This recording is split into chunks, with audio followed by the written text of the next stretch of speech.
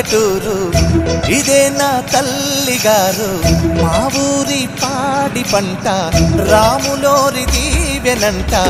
తల్లి గోదావరి నీళ్ళు కడిగ సీతమ్మ పాదాలు ఊరంతా హాయ్ హాయ్ హాయ్ మనసంతా